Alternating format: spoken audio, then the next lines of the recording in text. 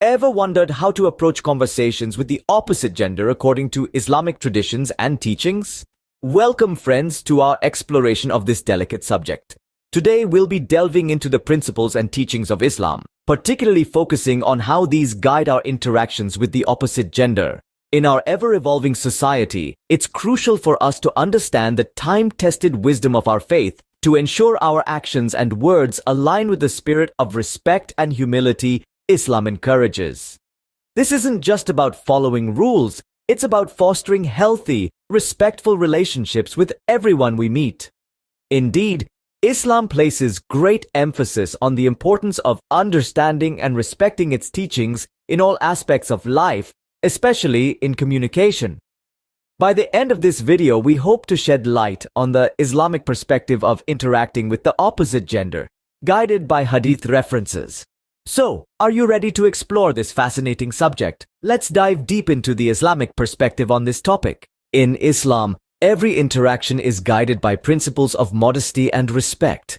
This is not just an abstract concept, but a tangible one that we can see in the teachings of the Quran and hadiths, or sayings of Prophet Muhammad, peace be upon him. These teachings provide a clear framework for how men and women should interact with each other. Consider the hadith reported by Al-Tirmidhi, which profoundly encapsulates the gravity of maintaining appropriate boundaries. It goes as follows: "It's better for one of you to be pricked in the head with an iron pick than to touch a woman who is not permissible for him." This hadith emphasizes the importance of respecting personal boundaries and the sanctity of non-mahram relationships. In another narration, Prophet Muhammad, peace be upon him, instructed his followers to avoid being alone with a non-mahram woman. This hadith, reported by Bukhari and Muslim, shows the wisdom of the Prophet in preventing situations that could lead to inappropriate conduct. Furthermore, the Quran, in Surah An-Nur verse 30, instructs both men and women to lower their gaze. This is a clear directive that calls for modesty and respect in our interactions, reminding us to guard our senses and avoid unnecessary contact or conversation that could potentially lead to indecent thoughts or actions. Now, it's crucial to understand that these teachings are not about restricting communication or stifling social interaction. Quite the contrary. They highlight the importance of maintaining professionalism, respect, and modesty when interacting with the opposite gender. These principles aim to foster healthy, respectful relationships that uphold the dignity and honor of every individual involved. The essence of these teachings, as with many aspects of Islam, is about balance and moderation. They guide us to interact with others in a manner that is respectful, considerate, and mindful of our actions and their potential consequences. So how can we apply these principles in our daily interactions? Applying these principles may seem challenging, but with understanding and practice, it becomes a part of our daily routine. Every interaction we have is an opportunity to apply Islamic teachings. Let's delve into some practical ways we can embody these teachings in our daily life. Firstly, maintaining an appropriate distance is key. This doesn't just mean physical distance, but also emotional and conversational distance. It's about being conscious of the space we occupy in someone else's life and respecting their individual boundaries. Next, avoid unnecessary conversations.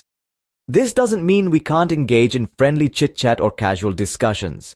Instead, it advises us to be mindful of the content and purpose of our conversations. Are we speaking to share knowledge, to build a healthy relationship, or are we veering into gossip and idle talk? Lastly, always speak with respect. This is a universal principle, but particularly emphasized in Islam. The way we talk to others should always reflect our respect for them as individuals, regardless of their gender. Our words should be kind, considerate, and mindful of their feelings. Let's bring in some hadith references to guide us. One very practical hadith narrated by Abu Huraira is where Prophet Muhammad, peace be upon him, advised, "Beware of entering upon the ladies." This hadith does not mean to avoid women altogether, but rather it emphasizes the importance of maintaining appropriate boundaries and respect in our interactions.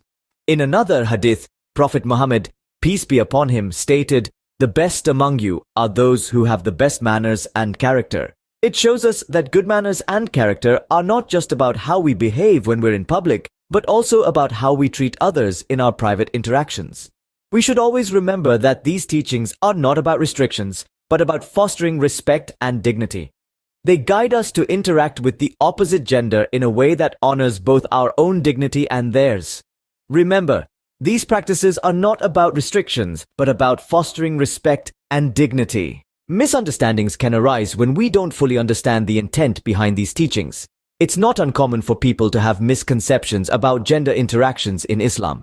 So let's take a moment to clear the air. One common misunderstanding is the idea that these teachings are designed to limit personal freedom. This couldn't be further from the truth. Islam's teachings about interaction between genders are not about restriction, but about setting respectful boundaries.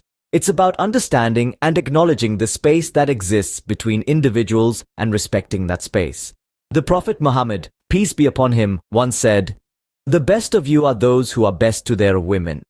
This hadith underlines the importance of respect and kindness in all interactions. Another misconception is the idea that these teachings promote inequality. In reality, Islam teaches that everyone, regardless of their gender, is equal in the eyes of God. A famous hadith from the Prophet Muhammad, peace be upon him, states that all of you are equal. There is no distinction between an Arab and a non-Arab, nor between a white person and a black person, except by piety and good actions. This hadith beautifully encapsulates Islam's stance on equality and respect. Finally, some might believe that these teachings discourage friendships between different genders. This is not the case. Islam encourages healthy, respectful friendships between everyone. It simply advises us to maintain modesty and respect in our interactions. As the Prophet Muhammad, peace be upon him, said, "Modesty is a branch of faith." So you see, the teachings of Islam regarding gender interactions are not about limiting freedom or promoting inequality. They're about fostering a culture of respect, dignity, and modesty. They encourage us to be mindful of our words and actions, to ensure that they align with the principles of respect and dignity that Islam holds dear. Islam advocates for respect, dignity, and modesty in all interactions, and understanding these principles can help us navigate our conversations more effectively. Remember, it's not just about what we say, but how we say it. Let's strive to embody these teachings in our daily interactions. In conclusion, Islam provides a detailed framework for gender interactions. We've journeyed through the Islamic perspective on gender interaction and the practical application of these teachings. We've also addressed some common misunderstandings around this topic. Remember, it's essential to understand the principles of respect, modesty, and dignity in our conversations, as they form the basis of Islamic teachings on gender interactions. It's not just about rules, but about creating a society where everyone feels valued and respected. We've also seen how Islam encourages us to apply these principles in our daily lives, whether it's at home, work, school, or in the community. This is not just about theoretical knowledge, but about practical application. I encourage you all to continue exploring and learning more about Islamic teachings on interpersonal relationships and interactions. The more we understand, the better we can apply these principles and contribute to a harmonious society. Remember, every conversation is an opportunity to practice respect, modesty, and dignity as taught by Islam.